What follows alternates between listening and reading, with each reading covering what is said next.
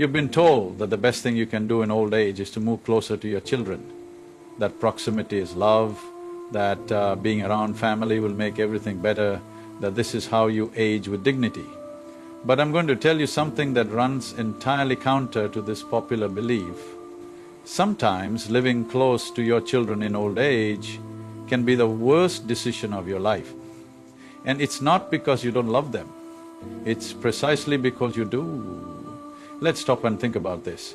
If you're in your 60 years, 70 years or even 80 years, you've probably lived a life full of sacrifice, you've worked, provided, endured and made choices, many of them painful for the sake of your children.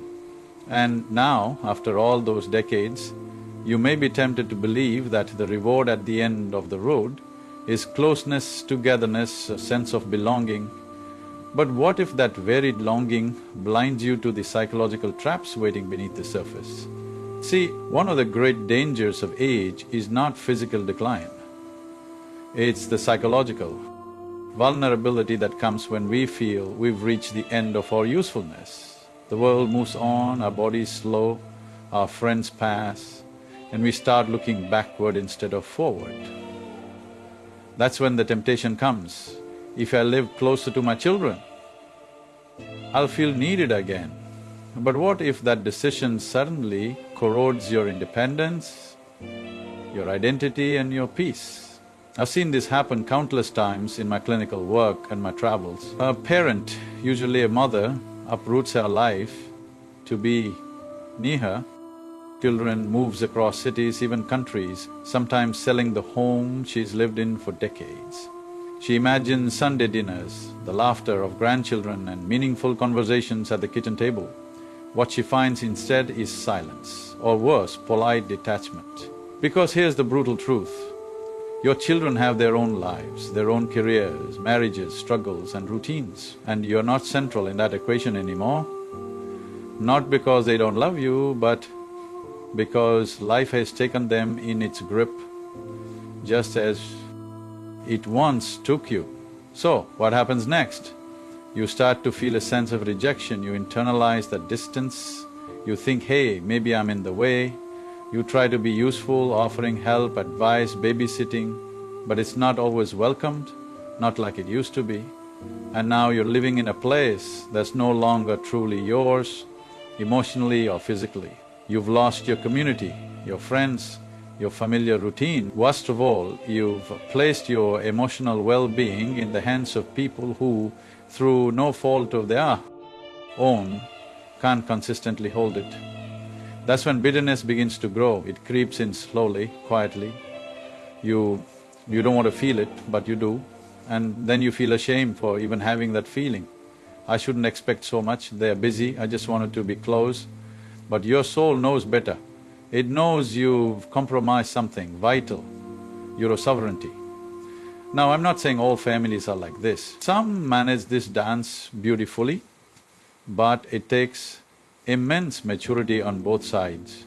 Clear boundaries, respect, communication. If those aren't firmly in place before you make the move, you risk becoming emotionally dependent on your children. And that dependency over time breeds resentment on both sides. Let's not forget the subtle power dynamics at play. When you were younger, you were the provider, the decision maker, the rock. Now the roles begin to reverse, and if you're not careful, your children may start treating you like one of their responsibility, not maliciously but from a place of fatigue, pressure or even guilt. And when love turns into obligation, it begins to rot from the inside out. I've seen parents walk on eggshells around their own children, afraid to ask for too much, hesitant to speak honestly. And I've seen children withdraw, subconsciously resenting their parents for invading their lives even though the move was welcomed at first. And when both parties suppress their emotions to preserve the peace, the relationship becomes brittle. One argument, one disappointment and the whole thing shatters. And here's the other side of this tragedy.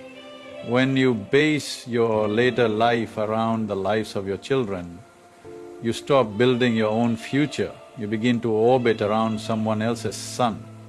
You forget that you're still a person who can create, explore and expand. You settle into a role of passive existence, waiting for others to make your life meaningful again. That's dangerous because the moment you stop growing, you start dying, not physically, but psychologically. You might say, but Jordan, I just want to be there for my grandchildren. Yes, and that's noble, but how are you showing up for them? As a shadow of yourself, quietly hoping to be included, or as a vibrant, autonomous individual who brings wisdom, energy and stability, because children can sense the difference. They know when someone is thriving versus when someone is surviving. You cannot give what you do not possess. There's also this myth that proximity equals closeness. But proximity without emotional connection is lonelier than being miles apart. In fact, many seniors report feeling more emotionally fulfilled when they have occasional, meaningful visits, rather than day-to-day proximity that feels obligatory or routine. Because real connection comes from presence, not presence in terms of location, but attention, curiosity and mutual respect. I've spoken to women who moved to be near their daughters only to find themselves used as babysitters, barely acknowledged beyond their utility. They stopped traveling, stopped painting, stopped seeing their friends, and then they wondered why they felt invisible. I've spoken to men who thought being close to their sons would lead to meaningful conversations again, but they found their sons too distracted, too busy or emotionally unavailable. These parents begin to feel like ghosts in someone else's life, present but unseen. You must ask yourself, what life do I want to live, regardless of where my children are? What passions remain unexplored? What relationships could I deepen? What contributions could I still make to the world around me? Your children don't need you to sacrifice your life for them anymore, that time has passed. What they need, what they will respect far more is seeing you living with dignity, with autonomy and with purpose. That inspires them, that teaches them, that allows them to visit you and experience the richness of your life, not feel the weight of your dependency. I'm not saying you should isolate yourself or be cold. I'm saying don't trade your freedom for a fragile illusion of closeness. Don't give up your rhythm, your routines, your inner life in exchange for a seat at someone else's table. Create your own damn table. One where you can invite them, yes, but also where you can invite yourself each morning with pride. The question isn't just where you live, it's how you live. It's whether the decision brings you expansion or contraction, whether it helps you grow or makes you shrink. And you know deep down when you're shrinking, you feel it in your spirit, that dull ache, that whisper that says, this isn't who I used to be. And I'm going to be very honest with you here. If your children truly love you, and many of them do, they would want you to live the life that makes you most alive. They may not always say it, they may not even know how to articulate it, but your independence is a gift to them. It lifts a weight they didn't even realize they were carrying. It gives them permission to live their lives fully, knowing you're not quietly suffering in the background. So what do? You build a community of your own. You find peers, mentors, friends, you engage in hobbies that ignite you. You volunteer, you travel, you create, you speak your truth, get therapy if needed. You stay physically healthy, emotionally resilient, intellectually curious.